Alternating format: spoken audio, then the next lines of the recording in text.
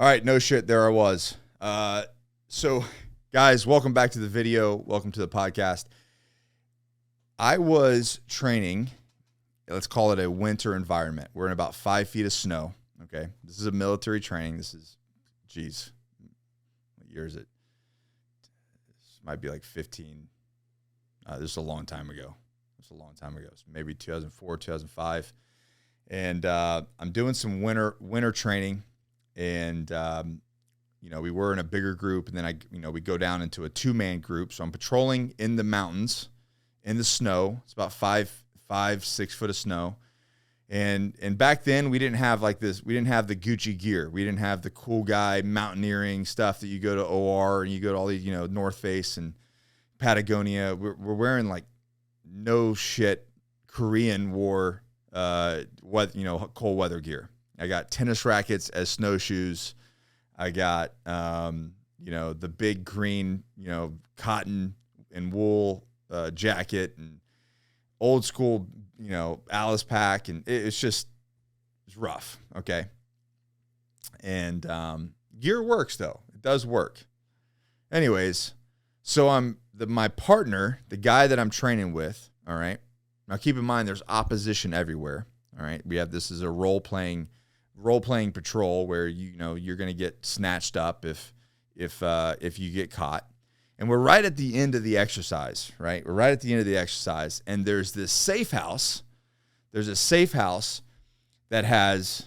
Now we've been in the field for probably about a week, like living in snow caves. It's a cold weather environment. It's a cold weather package, and we've been on our own. We lost track of I don't remember exactly how it works, but like you lose track of a portion of your team, or you guys all break into 2-man teams. But nonetheless, I'm in a 2-man team, and right at the end, and we got opposition all around us. They're trying to capture us. And there's a safe house out there, and we've got hot chocolate and some peanut butter jellies in the safe house with a nice fire.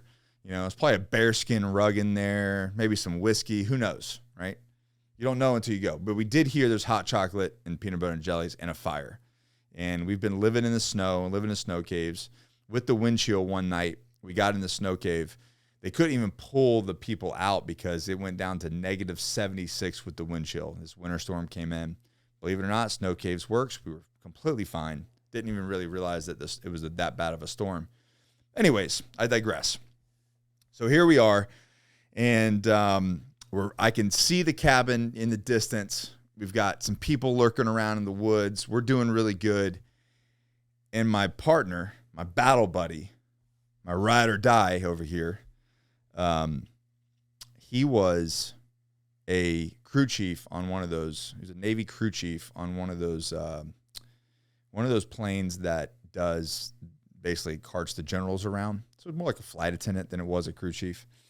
Anyway, so his snowshoes, his tennis rackets kind of came off and got stuck in another one. And then they came off and he fell through the snow. So now he's like in the snow. He's creating this because he falls through the 5 feet of snow. And you guys ever seen powder? Like you come off and you fall into it.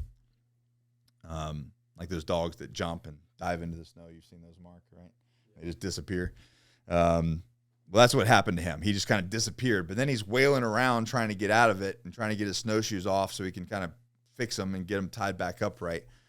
And he starts to break down and cry. Like he just loses all demeanor, loses all his self worth, his courage, his just completely falls apart. His emotional intelligence just crumbles. Meanwhile, I'm standing there and I'm like, I can see the cabin. I see guys lurking around in the woods looking for us. I'm like, shit, man, this is not the time to fall apart. This is not the time to completely unravel. So I'm like whispering, I'm like, dude, get your shit together. Listen, man, like, it's okay. We're right here. Like, I'll get you out of here. Let's just keep it together. Tie it to, I'll fix your snowshoes. We'll get you out of this hole and we'll get this fucking peanut butter and jelly sandwich. You know what I mean?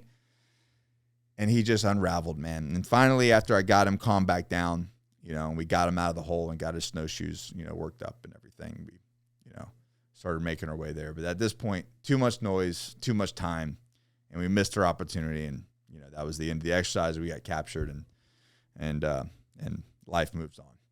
So I never got to see the inside of that place. Never got my peanut butter and jelly. Never got my hot chocolate. Never got to lay on the bearskin rug and enjoy that.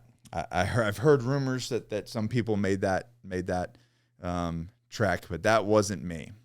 So the lesson here, I was thinking about this as I was telling our coaching group in the Agoge. I was telling them this story. The lesson here is you are going to have obstacles in life.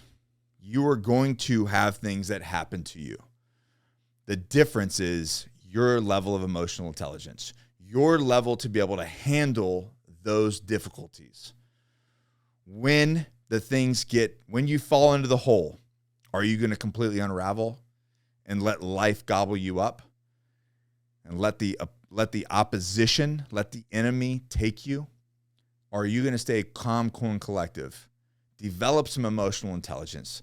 Develop some discipline and get back on your feet and keep charging forward. Because the people that are successful, the people that weather the storm, the people that move the needle in their life, that become the superhero husband, the superhero father, the successful businessman, those individuals have so much adversity. Those things happen.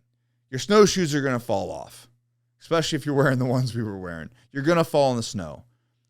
What happens is the difference is what happens when you fall in the snow, when you fall into the pit, when you get caught, when you fall down. The difference is in the struggle, how you react. So do you fall apart every single time something happens, or do you take a breath and you're in control of your emotions and go, okay, I'm going to analyze the situation. I'm going to make the best decision so I can move forward. And maybe that's not always, maybe you can still make a bad decision. That's okay. But any decision is better than no decision. Any decision is better than completely unraveling, falling apart, crying, and throwing your hands up and saying, woe is me, turning into the victim. And, what is that going to solve?